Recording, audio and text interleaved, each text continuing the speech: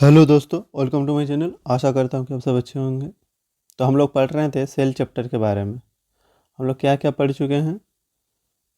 Definition of cell के बारे में, डिस्कवरी ऑफ सेल के बारे में, सेल थ्योरी के बारे में। फिर हम लोग पढ़ रहे थे पार्ट्स ऑफ सेल के बारे में, और उसमें हम लोग पढ़ चुके हैं cell wall, cell membrane, nucleus, cytoplasm. ये वीडियो हम लोग शुरू करने वाले हैं प्रोकैरियोटिक और यूकैरियोटिक सेल के जो भी डिफरेंस है उससे। तो देखिए, अब पहले इसका साइज देख लेते हैं। तो प्रोकैरियोटिक सेल का जो साइज होता है वो 1 से 10 माइक्रोमीटर होता है, और यूकैरियोटिक सेल 5 से 100 माइक्रोमीटर होता है। मतलब प्रोकैरियोटिक सेल छोटा होता है। प्रोकैरियोटिक सेल में न्यूक्लियस नहीं होता है, इसमें न्यूक्लियस होता है यूकैरियोटिक सेल में। अब प्रोकैरियोटिक सेल में न्यूक्लियोलास भी नहीं होता है। जब न्यूक्लियस नहीं रहेगा तो न्यूक्लियोलास कहाँ पे रहेगा? यूकैरियोटिक सेल में न्यूक्लियस प्रेजेंट होता है। इसमें जो सेल ऑर्गेनल्स होते हैं वो एब्सेंट होते हैं, और यूकैरियोटिक सेल में प्रेजेंट होते हैं। प्रोकैरियोटिक सेल में सिंगल क्रोमोसोम दिखाई देता है, इसमें ग्रेटर देन 1 क्रोमोसोम दिखाई देता है। प्रोकैरियोटिक सेल का डिवीजन कैसे होता है? फिशन, बर्डिंग, इस प्रकार से होता है। और यूकैरियोटिक सेल में किस प्रकार का होता है? Mitosis, meiosis. तो थोड़ा देख लेते हैं फिशन और बर्डिंग के बारे में।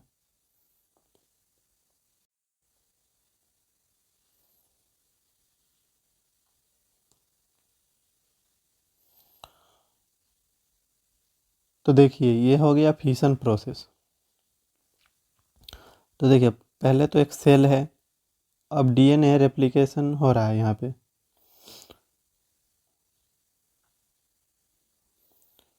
फिर यहाँ पे देखिए साइटोप्लाज्म डिवाइड हो रहा है, और यहाँ पे 2 नए सेल फॉर्म हो रहे हैं, 2 डॉटर सेल्स फॉर्म।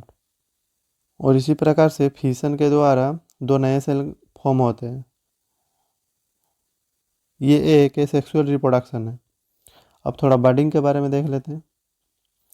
और ये फिशन प्रोसेस याद रखिएगा कि कौन से एनिमल में होते हैं, जैसे कि एग्जांपल है एमीबा, इसमें होता है फिशन, बाइनरी फिशन। अब देख लेते हैं बर्डिंग के बारे में। तो देखिए, ये पहले एक पेरेंट हाइड्रा है। अब यहाँ से एक देखिए बर्ड फॉर्म हो रहा है यहाँ पे। फिर ये बर्ड क्या किस रूप में ले लेता है? एक न्यू हाइड्रा के रूप में ले लेता है। फिर ये जो नया हाइड्रा बर्ड के रूप में पहले था वो सेपरेट हो जा रहा है अपने पेरेंट हाइड्रा से। तो इसी प्रकार का जो रिप्रोडक्शन होता है उसे हम लोग कहते हैं बर्डिंग। और ये किस में दिखाया जाता है? हाइड्रा में। तो हम लोग क्या समझ गए हैं? ये सेल डिवीजन के बारे में थोड़ा, ये जो फिशन और बर्डिंग है इसको समझ लिए, और माइटोसिस और मियोसिस को हम लोग डिटेल्स में कवर करने वाला है अगले वीडियो में। तो चलिए अब आगे बढ़ते हैं। अब देखते हैं न्यूक्लियोइड को। अब कुछ ऑर्गेनिज्म होता है जैसे कि बैक्टीरिया, इसमें न्यूक्लियर रीजन पुअरली डेवलप्ड होता है। अब इसी अनडिफाइंड न्यूक्लियर रीजन में न्यूक्लिक एसिड होता है, इसी को हम लोग कहते हैं न्यूक्लियोइड। और इसमें क्या होता है कि जो भी जेनेटिक इन्फॉर्मेशन होता है ये सब ऑर्गेनिज्म का, जैसे कि बैक्टीरिया, जेनेटिक इन्फॉर्मेशन यहीं पे स्टोर होता है। तो चलिए, न्यूक्लियोइड हम लोग समझ चुके हैं। अब आते हैं सेल ऑर्गेनिल्स पे। तो ये जो सेल ऑर्गेनिल्स होते हैं ये मेम्ब्रेन बाउंड ऑर्गेनेल होते हैं। इसमें जैसे कि हम लोग न्यूक्लियस में पढ़ चुके हैं प्रीवियस वीडियो में कि डबल मेम्ब्रेन होता है। ये हो गया डबल मेम्ब्रेन, अगर ऐसे रहेगा तो ये हो गया सिंगल मेम्ब्रेन। अब आते हैं have definite shape when viewed under microscope. जब भी हम लोग माइक्रोस्कोप में देखेंगे सेल ऑर्गेनल्स को तो इसका एक डेफिनेट शेप दिखाई देगा। Present to support complex activity of the cell. एक सेल का जो भी कम्प्लेक्स एक्टिविटी होता है उसे सपोर्ट करने के लिए ये सेल ऑर्गेनल्स होता है। Different types. अब ये different types of cell organelles अब हम लोग एक एक करके पढ़ेंगे। तो चलिए आगे बढ़ते हैं। तो देखिए, सबसे पहले हम लोग पढ़ेंगे वैक्यूल के बारे में। तो सबसे पहले देखते हैं, ये तो एक मेम्ब्रेन बाउंड ऑर्गेनिल है, सिंगल मेम्ब्रेन बाउंड। स्टोरेज सेक लाइक, ये किस तरह का काम करता है? स्टोरेज सेक, सेक का मतलब होता है थैला जैसा। ये सॉलिड और लिक्विड दोनों को स्टोर करने में सक्षम है। अब आगे देखते हैं, एनिमल सेल और प्लांट सेल में वैक्यूल किस तरह का होता है। तो एनिमल सेल में वैक्यूल स्मॉल होते हैं, प्लांट सेल में वैक्यूल लार्ज होता है। एनिमल सेल में टेम्पोररी होता है, प्लांट सेल में परमानेंट होता है। जब एनिमल सेल में टेम्पोररी की तरह होता है तो ये क्या स्टोर करके रखता है? ग्लूकोज, ग्लाइकोजन और प्रोटीन को।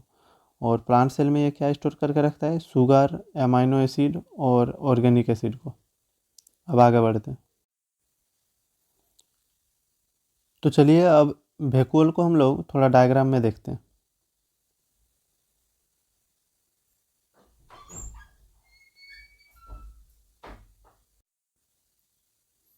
तो देखिए, ये हो गया एक एनिमल सेल और ये हो गया एक प्लांट सेल। तो देखिए,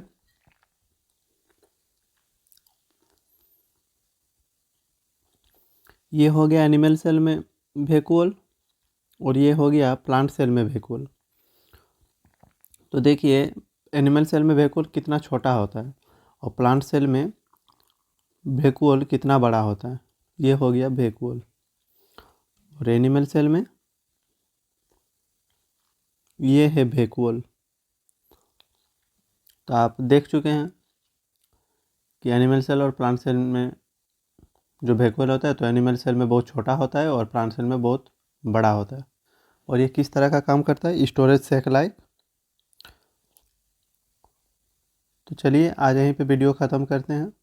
अगर आप लोगों को मेरा वीडियो अच्छा लगा तो please like and share this video, और इसी तरह इन्फॉर्मेटिव वीडियो देखने के लिए please subscribe my channel. Thank you.